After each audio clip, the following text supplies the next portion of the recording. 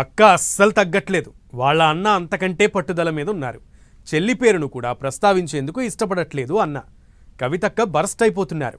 No silence, ఇక voice రేజింగే అన్నట్లుగా మాట్లాడుతున్నారు కవిత. మరోవైపు చెల్లికి షాక్ ఇచ్చారు బీఆర్ఎస్ వర్కింగ్ ప్రెసిడెంట్ కేటీఆర్.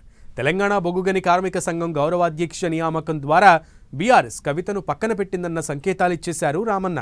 దీంతో ఇప్పుడేం జరగబోతుందన్నది ఆసక్తికరంగా మారింది. కవిత పెద్ద నిర్ణయమే తీసుకోబోతున్నారా?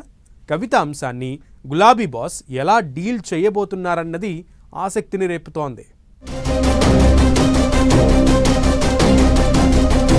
తగ్గని కవిత, కాంప్రమైజ్ కాని కేటీఆర్.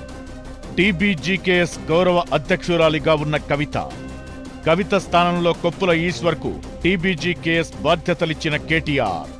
బీసీ రిజర్వేషన్లపై రేవంత్ సర్కార్ ఆర్డినెన్స్ కరెక్ట్ అంటున్న కవిత. బీఆర్ఎస్ ఎప్పుడైనా తన దారిలోకి రావాల్సిందేనంటూ చిట్చాట్. మల్లన్న వ్యవహారంలో బీఆర్ఎస్ రియాక్ట్ కాకపోవడంపైన సెటైర్. కన్ఫ్యూజన్స్ వీడుతున్నాయి. అన్నా చెల్లెళ్ల మధ్య వైరం పీక్ లెవెల్ కు చేరుకున్నట్లే కనిపిస్తోంది. పార్టీతో ఆమె బంధం కూడా తెగినట్లేనన్న టాక్ కూడా వినిపిస్తోంది. బీఆర్ఎస్ తీరుపై డైరెక్ట్ గానే అటాక్ చేస్తున్నారు ఎమ్మెల్సీ కవిత. పైగా కారు పార్టీయే తన లైన్లోకి రావాల్సిందే అంటున్నారు. అంటే కారు దిగాలని కవిత ఫిక్స్ అయిపోయారా? ఇక సస్పెన్స్లు, వేచి చూడడాలేం ఉండవా? అంటే ప్రెజెంట్ సిచ్యువేషన్ చూస్తుంటే కవిత సంచలన నిర్ణయం తీసుకునేందుకు రెడీ అయ్యారన్న టాక్ వినిపిస్తోంది. ఆమె గులాబీ పార్టీకి రామ్ రామ్ చెప్పే రోజులు దగ్గరలోనే ఉన్నాయంటున్నారు. ఇదే సమయంలో కవిత కేటీఆర్ మధ్య కోల్డ్ వార్ కాస్త డైరెక్ట్ వార్ గానే కనిపిస్తోంది.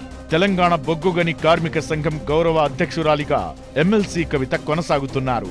ఉద్యమ సమయంలో ఈ సంఘానికి హరీష్ రావు గౌరవాధ్యక్షుడిగా ఉంటే అధికారంలోకి వచ్చాక ఈ సంఘం కవిత చేతుల్లోకి వచ్చింది. ఇప్పుడు ఆమె నుంచి ఆ బాధ్యతలను మాజీ మంత్రి బీఆర్ఎస్ నేత కొప్పుల ఈశ్వర్ కు అప్పగించారు కేటీఆర్. దీంతో కవితకు కేటీఆర్ షాక్ ఇచ్చారనే టాక్ మొదలైంది. తెల్లారే మీడియాతో చిట్చాట్లో బీఆర్ఎస్ పై డైరెక్ట్ గానే అటాక్ చేశారు కవిత. బీఆర్ఎస్ ఎమ్మెల్సీ కల్వకుంట్ల కవిత సొంత పార్టీని ఇరుకున పెట్టేలా చేసిన కామెంట్స్ సంచలనం రేపుతున్నాయి. రేవంత్ ప్రభుత్వం స్థానిక సంస్థల్లో బీసీలకు 42% రిజర్వేషన్ల కోసం తెచ్చిన ఆర్డినెన్స్ ను సమర్థించారు.